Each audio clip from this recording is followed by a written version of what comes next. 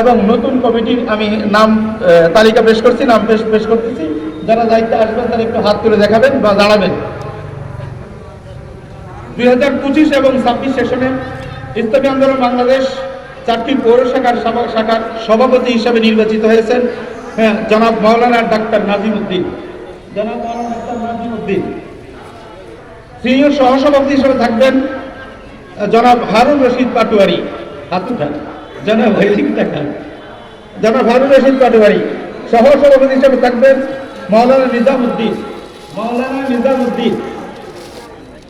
Secretary হিসেবে আছে মাওলানা ফাহিম সিদ্দিকী, আর সাংগঠনিক সম্পাদক হিসেবে মাহাদি হাসান।